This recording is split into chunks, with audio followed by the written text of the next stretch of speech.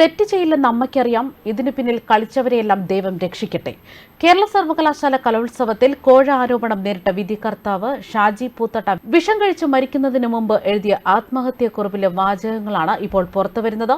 തിരുവനന്തപുരത്ത് നടന്ന കേരള സർവകലാശാല കലോത്സവവുമായി ബന്ധപ്പെട്ട കോഴക്കേസിൽ ആരോപണ വിധേയനായ മാർഗം കളി മത്സര വിധികർത്താവ് താഴെച്ചൊവ്വ റെയിൽവേ സ്റ്റേഷന് സമീപത്തെ സദാനന്ദാലയത്തിൽ പൂത്തോട്ട ലളിതയുടെ മകൻ 51-കാരന് ഷാജി പൂത്തോട്ടയാണ് ഇക്കഴിഞ്ഞ നാളിൽ വിഷം ഉള്ളിൽ ചെന്ന് മരിച്ച നിലയിൽ കണ്ടെത്തിയത്. നിരപരാധിയാണെന്നും കോഴ വാങ്ങി വിധി നിർണയം നടത്തിയിട്ടില്ല എന്നും വീട്ടിൽ നിന്ന് കണ്ടെടുത്ത ആത്മഹത്യക്കുറിപ്പിൽ പറഞ്ഞിരിക്കുകയാണ്. സത്യം സത്യം സത്യമെന്ന് 3 തവണ എഴുതിയിട്ടുണ്ട്. കലോത്സവത്തിന്റെ വിധി നിർണയത്തിനായി വിധികർത്താക്കൾക്ക് നൽകുന്ന ജഡ്ജ് റിമാർക്ക് ഷീറ്റിലാണ് ആത്മഹത്യക്കുറിപ്പ് എഴുതിയിട്ടുള്ളത്. കിടപ്പുമുറിയിൽ നിന്നാണ് ഈ ആത്മഹത്യക്കുറിപ്പ് കണ്ടെടുക്കുന്നത്. ആത്മഹത്യക്കുറിപ്പിൽ പറയുന്നത് ഇങ്ങനെയാണ്: ഞാൻ നിരപരാധിയാണ്, ഇതുവരെ ഒരു പൈസയും വാങ്ങിയിട്ടില്ല, അർഹതപ്പെട്ടതിന് മാത്രമാണ് കൊടുത്തത്. എൻ്റെ അമ്മയ്ക്കറിയാം തെറ്റ് ചെയ്യില്ലെന്ന്. ഇതിന്റെ പിന്നിൽ കളിച്ചവരെയെല്ലാം ദൈവം രക്ഷിക്കട്ടെ എന്നാണ് ആത്മഹത്യക്കുറിപ്പിലെ വരികൾ. വിധികർത്താവിന്റെ മരണത്തിന് ഉത്തരവാദി SFI ആണെന്ന് ABVP സംസ്ഥാന സെക്രട്ടറി U ഈശ്വരപ്രസാദും ആരോപിച്ചു. ഒരു കലോത്സവത്തിന്റെ നടത്തിപ്പ് ഏറ്റവും ദുർഗതിയിലാക്കിക്കൊണ്ട് ഒരു കലോത്സവത്തെ കോഴയിൽ മുക്കി കലാപത്തിന്റെ ഗതിയിലെത്തിച്ച സംഘാടകരാണ് യൂണിവേഴ്സിറ്റി യൂണിയൻ നയിക്കുന്ന SFI എന്നാണ് പറയുന്നത്. ഇവരാണ് ഈ മരണത്തിന്റെ ഉത്തരവാദിയെന്നും ഇദ്ദേഹം വ്യക്തമാക്കുന്നു. 1-ാം പ്രതിയെ വിധികർത്താവ് ഷാജി മരിച്ചതോടെ ദുരൂഹതകൾ ഇനി ബാക്കിയാണ്.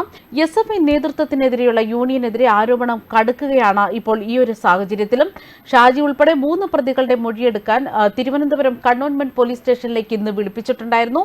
ഇതിനിടെയാണ് വൈകുന്നേരത്തോടെ ഷാജി ജീവനൊടുക്കിയ വാർത്തകൾ പുറത്തുവരുന്നത്. കേസുമായി ബന്ധപ്പെട്ട് വ്യാഴാഴ്ച ഹാജരാകാൻ തിരുവനന്തപുരം കണ്ണോന്മെന്റ് പോലീസാണ് ഷാജിക്ക് നോട്ടീസ് നൽകിയത്. കൈക്കൂലി വാങ്ങി ഫലം അട്ടിമറിച്ച് എന്ന ആരോപണത്തെ തുടർന്ന് ഷാജി ഉൾപ്പെടെ 3 പേർ അറസ്റ്റിലായിരുന്നു.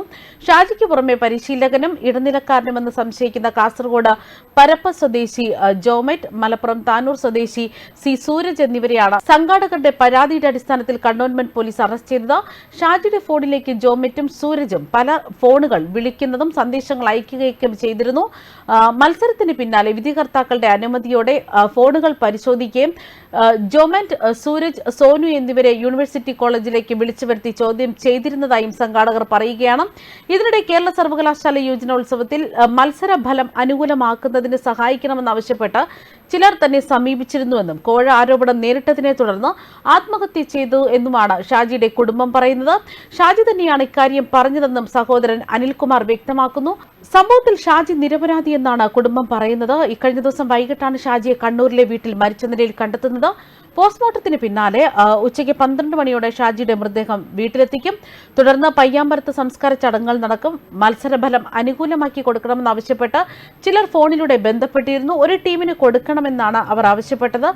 പക്ഷേ ഷാജി വണങ്ങിയില്ല. സംഭവത്തിൽ താൻ നിരപരാധിയാണെന്നും തന്നെ ചിലർ ബലിയാടാക്കുകയായിരുന്നു എന്നായിരുന്നു ഷാജി തന്റെ സഹോദരനോട് പറഞ്ഞത്.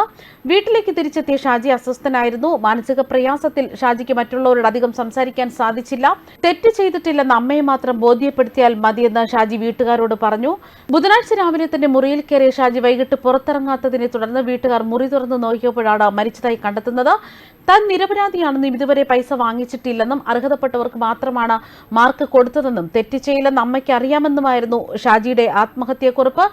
ഇക്കഴിഞ്ഞ ശനിയാഴ്ചയാണ് തിരുവനന്തപുരത്ത് നടന്ന കേരള സർവകലാശാല കലോത്സവത്തിലെ മാർഗം കളി മത്സരവുമായി ബന്ധപ്പെട്ട് കോഴ വിവാദമുണ്ടായത്. വിധി നിർണയത്തെപ്പറ്റി പരാതികൾ ഉയർന്നതോടെ മാർഗം കളി മത്സരം റദ്ദാക്കി. മത്സരത്തിന്റെ വിധി നിർണയത്തിൽ എതിരെ യൂണിവേഴ്സിറ്റി കോളേജ് ആപ്പിലും പരാതി നൽകിയിരുന്നു. തുടർന്ന് സംഘാടകർ പോലീസിനെ വിവരം അറിയിച്ചു.